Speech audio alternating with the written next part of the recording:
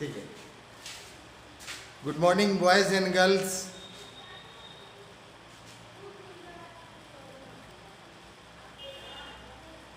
मैं आज आप सबों के लिए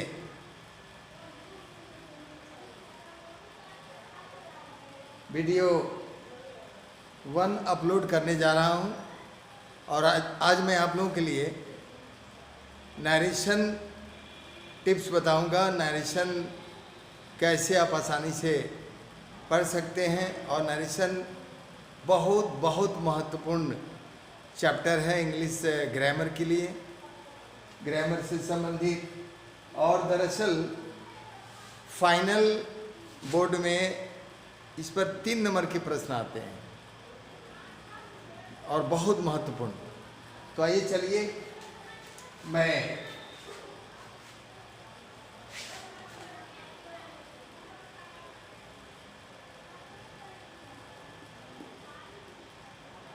वीडियो 1 यहाँ प्रारंभ कर रहा हूँ आप सबों की सेवा में।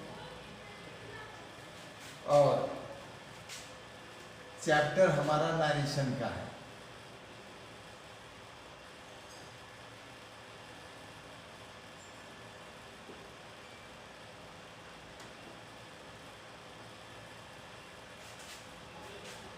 चलिए बच्चे ध्यान दें आप। नरेशन हुआ, इसको हम लोग हिंदी में कथन कहते हैं। कई एक पुस्तकों में इसका नाम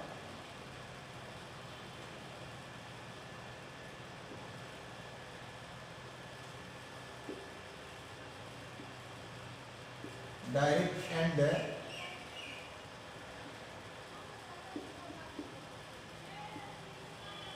इनडायरेक्ट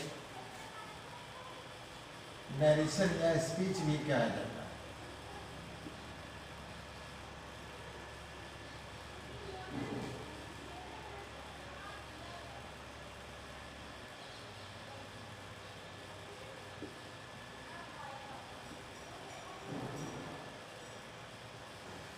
तो हमें सबसे महत्वपूर्ण चीज यहाँ ये आता है कि आखिर नरेशन है क्या चीज।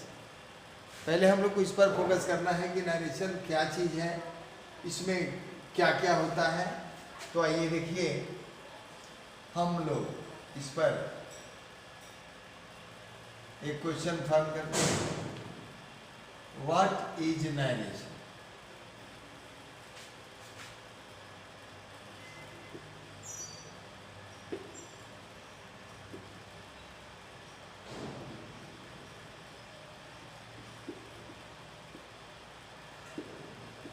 आइए आंसर कर ले हम लोग।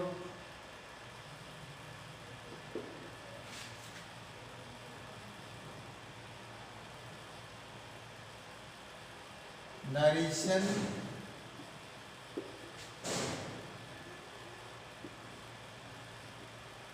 means to narrate something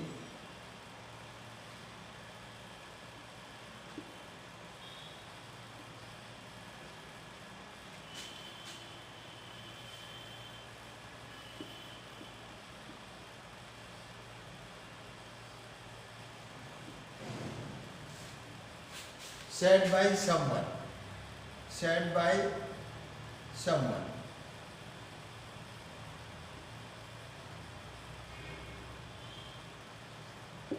या एक और लीजिए, और में एक और डालिए।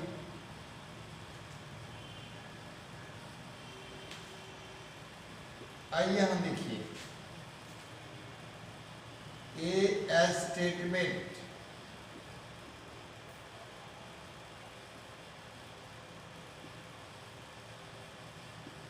which is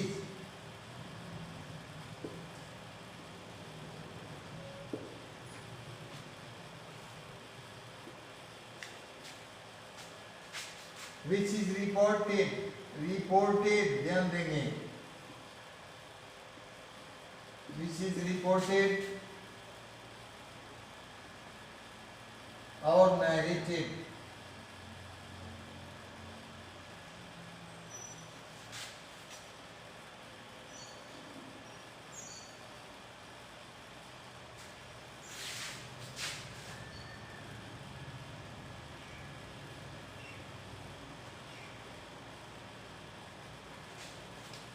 by someone is called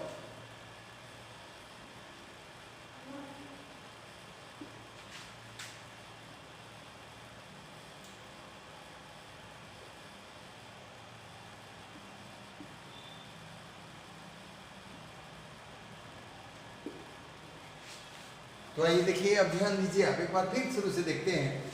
narration को हम लोग हिंदी में कथन कहते हैं।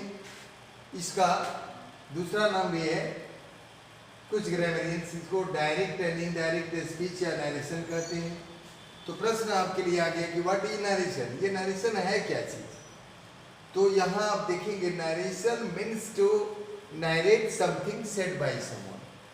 हिंदी में इसका मतलब हुआ किसी व्यक्ति के द्वारा कहा गया कथन, कोई स्टेटमेंट की अभिव्यक्ति ही नरेशन कहलाती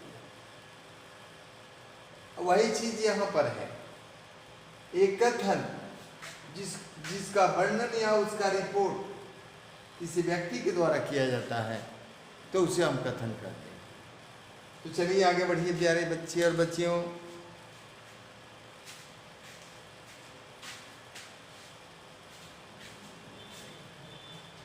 लिख लिया आप सभी आदमी, आगे बढ़ें।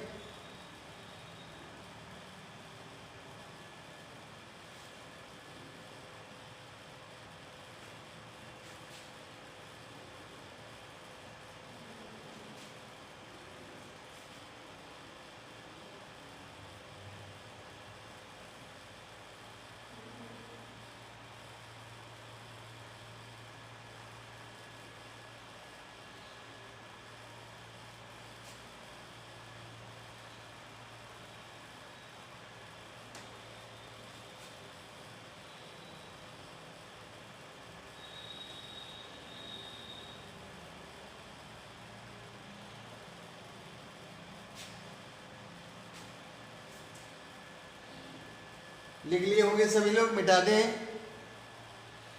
चलिए मिटाते हैं इसे अब।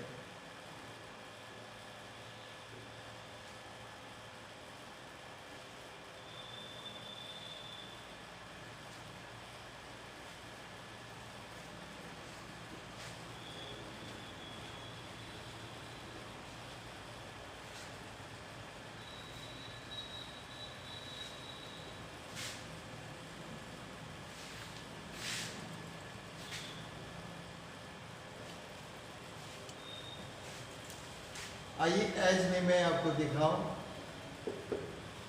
अब इसे यहाँ पे देखिए,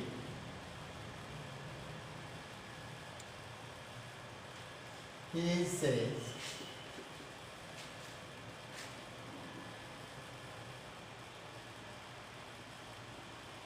I am dancing.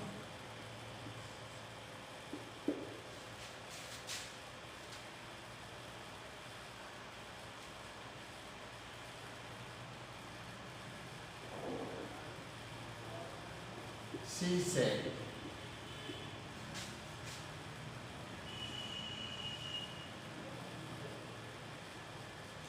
I am a nurse.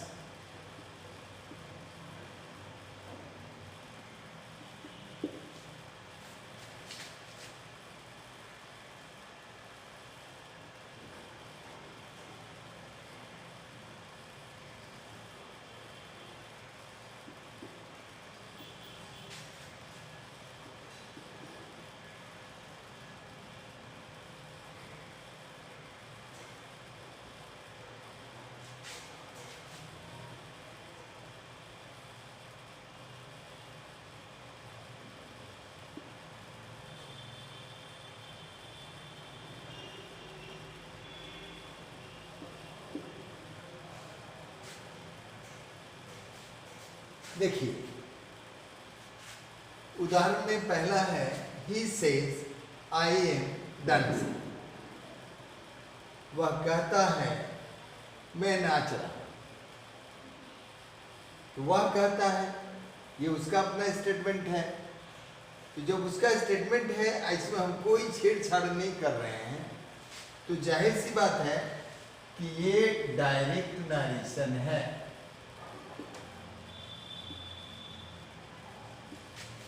ये डायरेक्ट नरेशन है।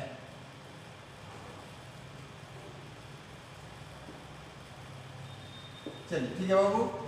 अब इसी को हम जब कन्वर्ट करने चलेंगे, अब इसके आशय को समझेंगे, इसके अर्थ में कोई परिवर्तन नहीं करते हुए इसको बदलने का ढंग इनडायरेक्ट में कैसे होगा, जरा आप ध्यान दीजिए। अब इसे ही सेज जो है, इसमें कोई तब्दीली नहीं करनी होगी। आप इसको लेके बिल्कुल बढ़ते जाएंगे। ही सेज कर लिया आपने, और ये सिंगल और ये डबल इन्वर्टेड कमास के अंतर्गत ये जो पॉइंट आ रहे हैं, आई एम डांसिंग, ये रिपोर्टेड स्पीच है। मैं बात बताऊंगा इसको। फिलहाल आप यहाँ देखिए, इसको आप चेंज कर लेंगे। तो सिंगल और डबल कमा के पास आने के बाद यहाँ हम लोग को इसको रिमूव करना होगा, हटाना होगा। हम लोग दैट जोड़ेंगे। क्लियर? अब आई यहाँ आता है, जो मैं आगे डिटेल में बताऊंगा। आई फर्स्ट पर्सन है यहाँ पे देखिए, और ये फर्स्ट पर्सन है, इस सब्जेक्ट के अनुसार परिवर्तित होता है। तो सवाल है कि यहाँ ही है, तो जाहिर है यहाँ भी ही आपको लिखना होगा। अब यहाँ देखिए, आप यहाँ ही लिख दिए। अब आई के साथ एम था, पर ही के साथ एम तो होता नहीं है, तो ये प्रेजेंट कंटिन्यूअस में है, तो इसको इसी रूप में आपको लेके चलना पड़ेगा बाबू। तो ही के साथ क्या लगाएंगे आप? इज लगाएंगे। बिल्कुल। He says that he is dancing. देखिए, अर्थात आपने इसके आशय को समझा, इसके मीनिंग को कंप्लीट रूप से समझा, और इसका आप ट्रांसफॉर्मेशन करके आप इसको बदल दिए। अब यहाँ देखिए, तो इसको हम लोग इनडायरेक्ट नरेशन कहेंगे। इनडायरेक्ट नरेशन कहेंगे बाबू। आगे चल के इसको हम लोग थोड़ा शॉर्ट भी करेंगे, कारण कि जल्दी जल्दी पढ़ना होगा उसमें। तो इस ये डायरेक्ट नरेशन को हम लोग बीच बीच में कभी कभी डीएन भी बोलेंगे बाबू, और इसे हम लोग आईडीएन भी बोलेंगे। ध्यान देंगे आप सब। ओके। अब यहाँ देखिए, तो ये जो है रिपोर्टिंग वर्ब हुआ जो वर्तमान में था, इसलिए रिपोर्टेड स्पीच में आए हुए वर्ब में कोई पास्ट टेंस टाइप परिवर्तन नहीं हुआ। अब यहाँ भी है देखिए, यहाँ, लेकिन यहाँ पर ये रिपोर्टिंग वर्ब सैड है जो पास्ट टेंस में है, तो जाहिर है कि यहाँ रिपोर्टेड स्पीच में आई हुई क्रिया में परिवर्तन करना होगा। तो आइए इसको इनडायरेक्ट नरेशन में लेके हम लोग चलते हैं। आप लिखेंगे सी सैड, और कमा को हटाने के बाद दैट जोड़ना ही जोड़ना है आपको। तो सी सैड दैट, अब ये आई कहाँ जाएगा बाबू? अकॉर्डिंग टू सी, अब इसको लेना होगा। अब यहाँ देखिए, she said that she was, आई जो है यहाँ का फर्स्ट पर्सन सी में क्यों चेंज हुआ बाबू? कारण कि फर्स्ट पर्सन सब्जेक्ट के अनुसार बदलता है। तो इस पूरे वाक्य में सब्जेक्ट यहाँ ये है। अब देखिए, she said that she was a nurse. अब ये देखिए बाबू, आपने कर लिया, अब ये बन गया। तो दोनों में जरा अंतर आप ढूंढिए। देखिए, डीएन की सबसे बड़ी पहचान है कि उसमें आपको डबल इन्वर्टेड कमास दिखेंगे, उसके जो पंक्चुएशन मार्क्स हैं वो स्वतः आपको दिखेंगे, पूरी तरह से दिखेंगे। बट आप इसको इनडायरेक्ट नरेशन में ले जाते हैं तो ये आपको कहीं दिखेगा नहीं। तो ये टर्म हुआ। अब यहाँ आइए बाबू, they said we are happy, मतलब हुआ कि वे, उन्होंने कहा या उन लोगों ने कहा कि हम लोग खुश हैं। ये तो उनका अपना स्टेटमेंट था, पर हम लोग जब इसको लेके चलेंगे तो कहेंगे कि उन्होंने कहा कि वे लोग खुश थे। इस सेंस में लेकर चलना होगा। तो बाबू मेरे, आप इसको कैसे बदलेंगे जरा ध्यान देंगे आप। देखिए बाबू, दे said that, अब एक बात बताएंगे लोग, दे सेड दैट हम लोग यहाँ आ गए, अब आए कहाँ हम लोग, आकर के सिंगल डबल कमास के पास रुके हुए हैं। अब इसको तो हम लोग कवर कर लिए, लेकिन अब यहाँ चलना है। तो वी किसके लिए है बाबू, इसके लिए, ये दे है और वी है। तो वी अब अकॉर्डिंगली हम लोग कहाँ ले जाएंगे, इसके अनुसार ले जाएंगे। देखिए, तो वी को हम लोग कहाँ ले जाएंगे, वो फिर से दे में ले जाएंगे। अब चूंकि ये रिपोर्टिंग वर्ब पास्ट टेंस में है, तो जाहिर है कि आर नहीं लगाएंगे। तो रिपोर्टिंग वर्ब पास्ट टेंस में, आगे मैं विस्तार से बताऊंगा।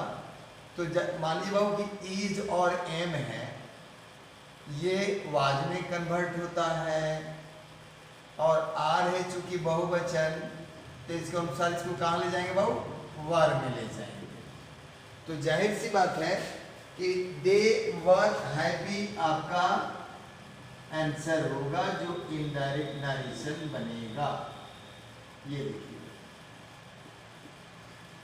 हाँ अब मैं समझा, चीज वही का वही है, केवल रूप परिवर्तन हुआ है बाबू। तो ये 3 उदाहरण हम आपको दिए, आप अपनी कॉपी में इत्मीनान से नोट कर लें, फिर मैं आगे बढ़ूंगा इसमें। देखिए,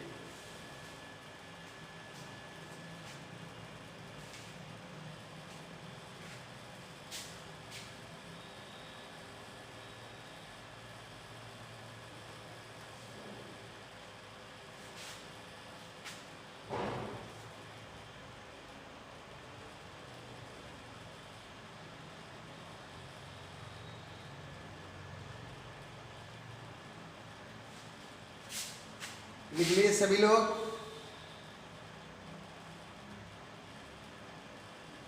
तो आई बाबू, इन तमाम वाक्यों को देखने के बाद ये पूर्णतः हमें पता चल गया कि जो स्टेटमेंट होता है, जो नरेशन होते हैं, वो 2 तरह के होते हैं। जाहिर सी बात है कि जो स्पीकर होता है, जो वक्ता होता है, उसके द्वारा अभिव्यक्त मैटर हूबहू डाल दिया जाता है, वैसे ही लिख दिया जाता है, वैसे ही हम बोल देते हैं, तो जाहिर है कि वो डायरेक्ट नरेशन कहलाता है।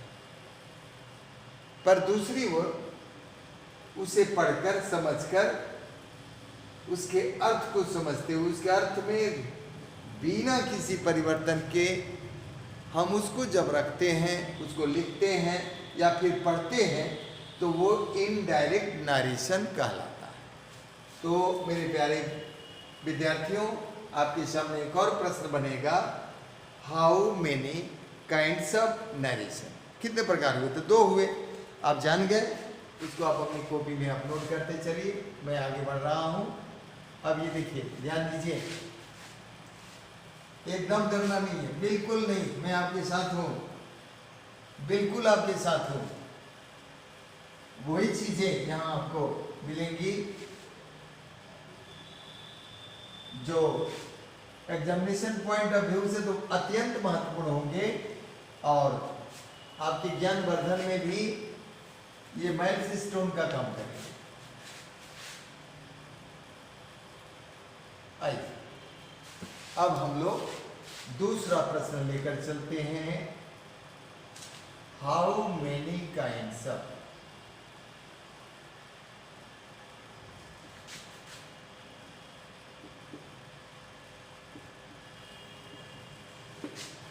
How many kinds of narration. ये देखिए बाबू,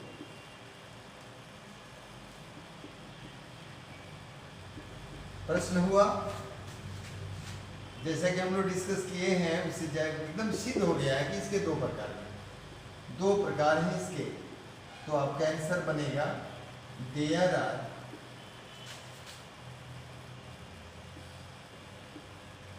to kinds of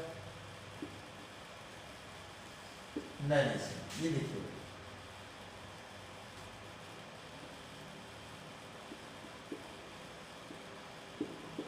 their way हैं। अब कौन कौन से हैं, ये जरा ध्यान दीजिएगा।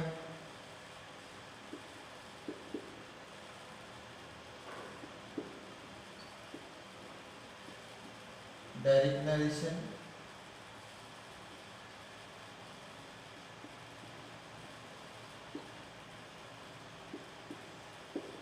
Indirect narration.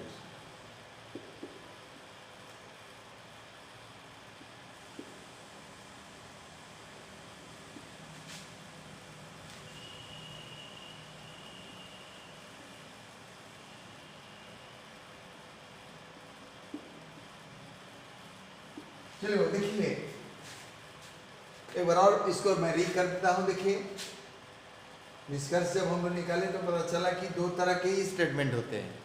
एक वक्ता के द्वारा हूबहू कहे हुए कथन को जब वैसे ही हम दोहराते हैं तो डायरेक्ट कहलाता है, डायरेक्ट नरेशन कहलाता है, डायरेक्ट स्पीच कहलाता है। और उसके आशय को समझ के उसके अर्थ में बिना किसी चेंजिंग के हम उसको जब रखते हैं, उसको डिस्क्राइब करते हैं, उसको बोलते हैं, लिखते हैं, पढ़ते हैं, तो उसे इनडायरेक्ट नरेशन कहते हैं। अब यहाँ आइए, ये डायरेक्ट नरेशन जो है इसको हम लोग हिंदी में प्रत्यक्ष कथन कहते हैं।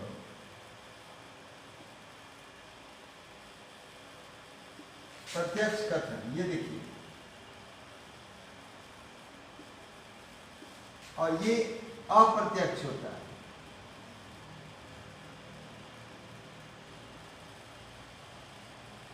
अप्रत्यक्ष कथन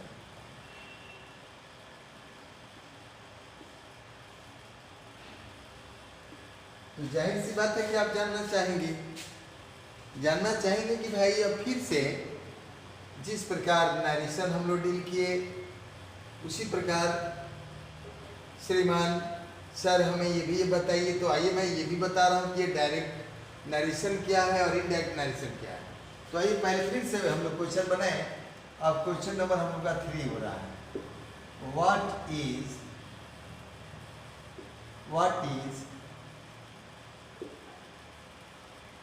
डायरेक्ट नरेशन। ये देखिए प्रत्यक्ष कथन वो क्या है, कथन क्या है, मतलब डायरेक्ट नरेशन किसे कहते हैं। अब ध्यान देंगे बाबू, प्रत्यक्ष कथन किसे कहते हैं या प्रत्यक्ष कथन क्या है ये आप जानना चाहेंगे। आइए मैं बता रहा हूं आपको। बच्चे आप अच्छी तरह से लिखें। आप देखिए, when the statement, ध्यान देंगे बच्चे,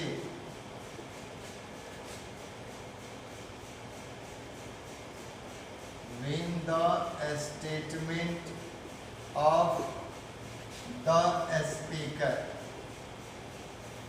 when the statement of the speaker is presented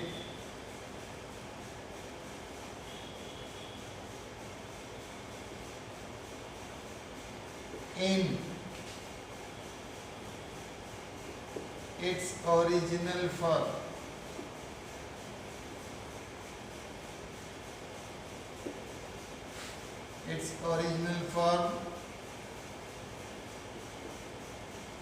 it is called direct narration.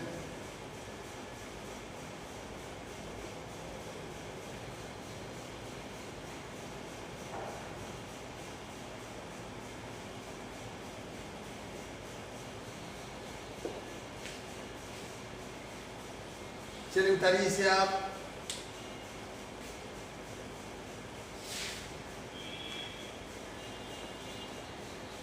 अब ये दो लिख दिया होंगे बाबू, इसे मैं मिटा दे रहा हूं।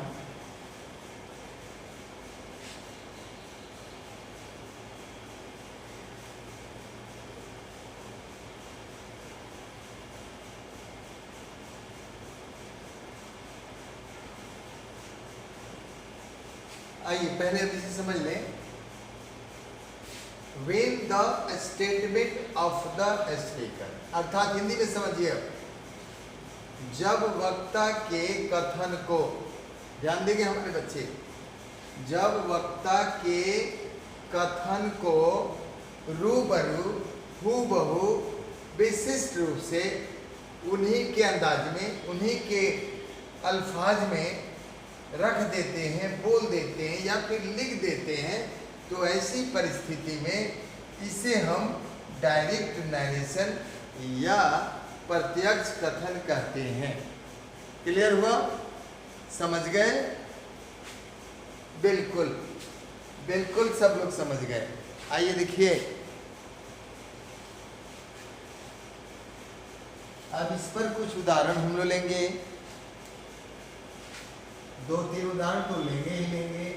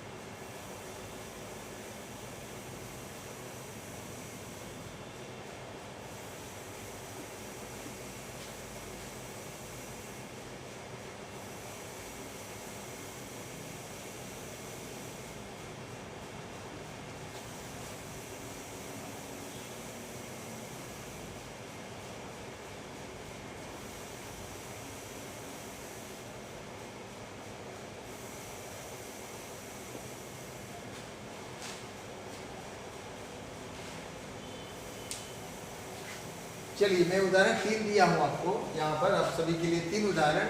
ही said to me you are my best friend. जाहिर है सिंगल कमा डबल कमा आप देख रहे हैं, ये डायरेक्ट नरेशन है। दूसरा उदाहरण आपके लिए, Radha says to Shyam I love you. ध्यान देंगे आप सभी लोग। दूसरा पॉइंट है आपके लिए, सेंटेंस है Radha says to Shyam I love you. और तीसरा है they said we can help the poor. जाहिर सी बात है, ये तीनों के तीनों जो उदाहरण हैं ये डायरेक्ट नरेशन के हैं। इसमें स्टेटमेंट को हूबहू रखा गया है, इसमें किसी भी तरह की कोई छेड़छाड़ नहीं की गई है। आइए, अब तो बाबू समझ गए होंगे आप लोग कि डायरेक्ट नरेशन है क्या चीज़। डायरेक्ट नरेशन वो है जो वक्ता के द्वारा बोले गए, कहे गए, लिखे गए सारी चीज़ों को हूबहू वैसे ही रख दिया जाता है, या फिर लिख दिया जाता है, या फिर बोल दिया जाता है। आगे देखिए, आगे बढ़ूँ मैं, बोलिए, बढ़ूँ आगे। चलिए जी, संकेत आया, अब मैं आगे बढ़ रहा हूँ। देखिए,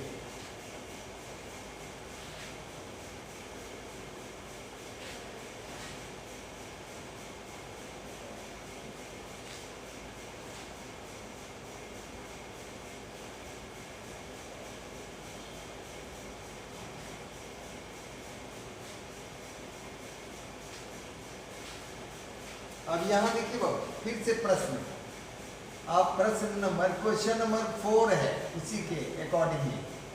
तो 4 में आपका प्रश्न बनेगा कि व्हाट इज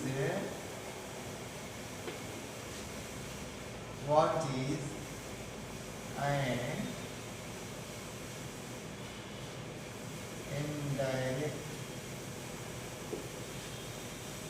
नरेशन। ये ध्यान दें आप,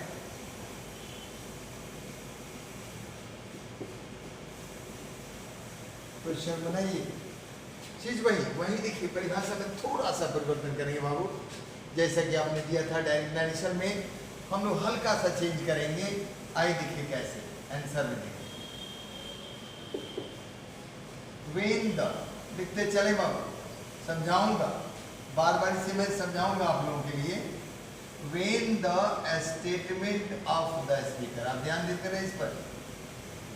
When the statement of the speaker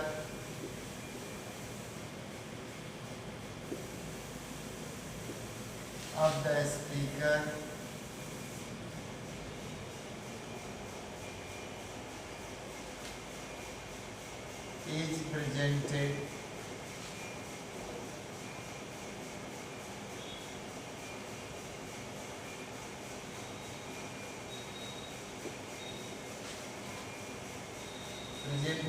in a transformed form. ध्यान देंगे बाबू, परिवर्तित रूप में जब रखा जाएगा, बदलाव आ जाएगा, उस समय तक ट्रांसफॉर्मेड फॉर्म लिख पा रहे हैं बाबू? लिखिए बढ़िया से। इज कॉल्ड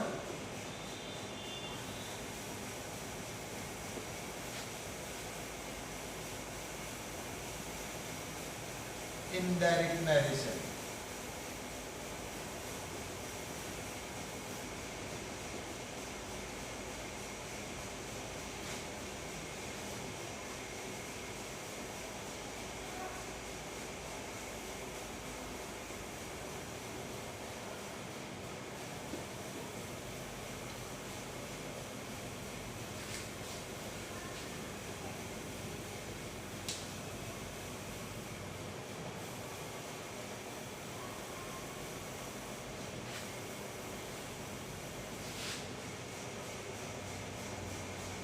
लिख दिए होंगे आप लोग।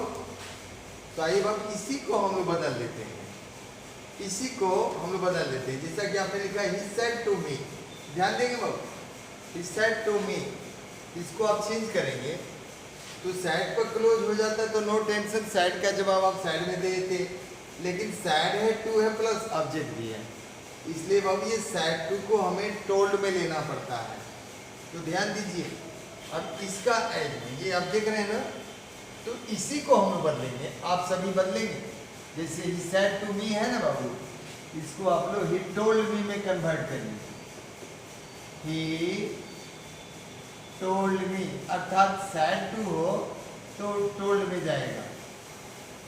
he told me आपने कर लिया। अब आ गए बाबू आप डैड के पास।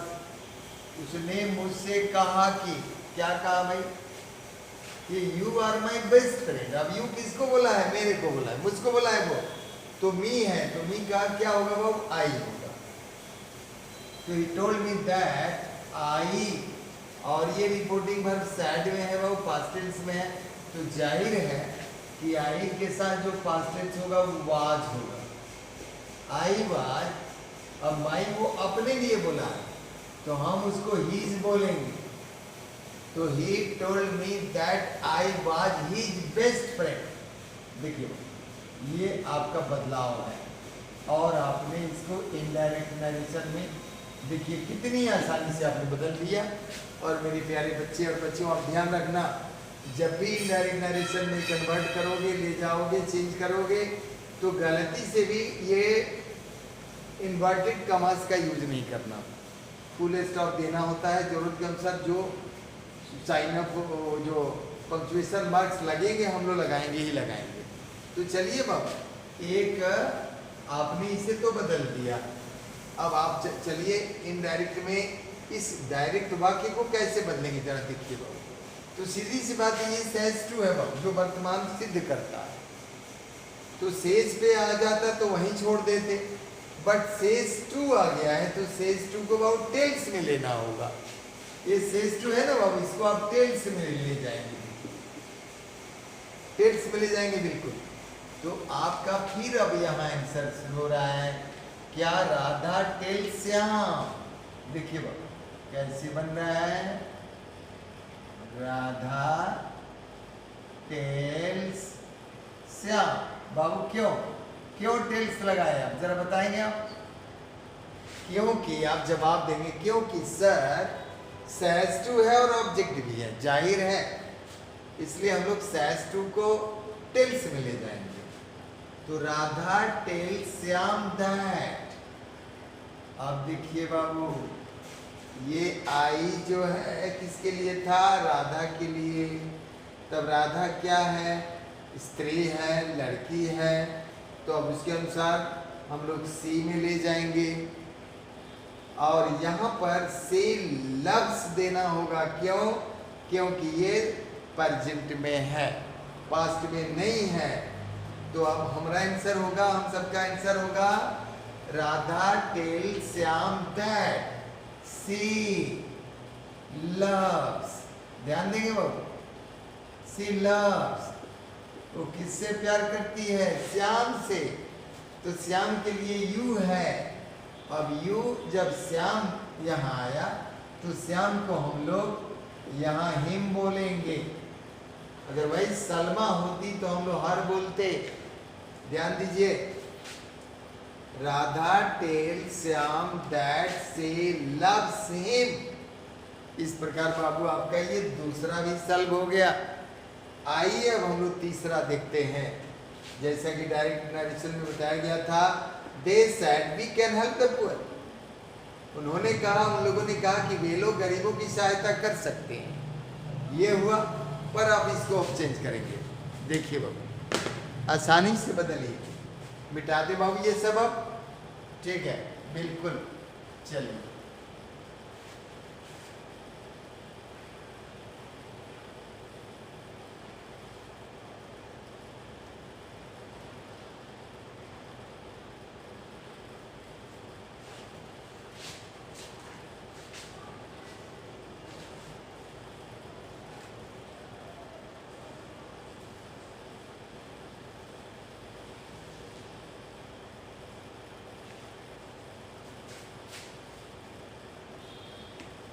चलिए बाबू, उसमें था कि 3 नंबर में दे सेड था बिल्कुल। इसके बाद ऑब्जेक्ट नहीं है बाबू, तो सेड को सेड में रखने में कहीं कोई परेशानी नहीं है। दे सेड दैट, अब ध्यान दे बाबू, इसी को मैं बदल रहा हूँ। दे सेड दैट दे। अब वी जो था ना, दे के लिए था दरअसल, तो दे में इसको लीजिए। दे सेड दैट दे। अब कैन जो था ना बाबू, वो कुड में चला जाएगा, इसलिए ना कैन कुड, क्योंकि ये सेड पास्ट टेंस में यहाँ भी था और यहाँ में उल्लेख चल रहे हैं। They said that they could help the poor. आगे नो चेंज, ध्यान देते रहेंगे बाबू। Help the poor, okay. ये स्पष्ट हुआ बाबू? कर लिए सब लोग? बोलिए, सबका हो गया? कोई दिक्कत नहीं ना? मिटा दें तो मिटाएं, बोलिए। चलिए मिटाते हैं अब।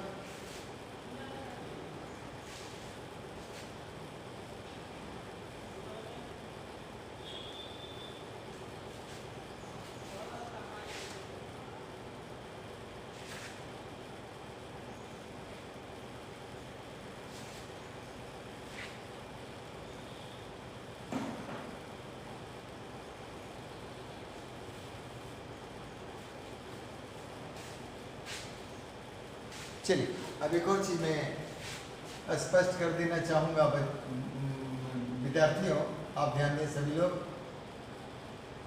सी सेड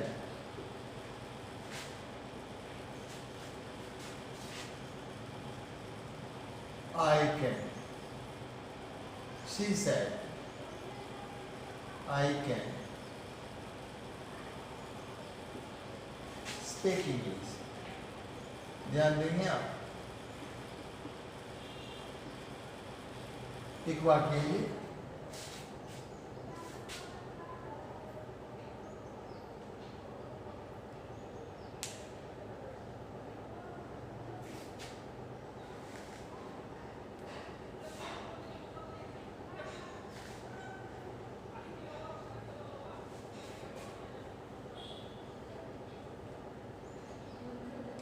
कट गया।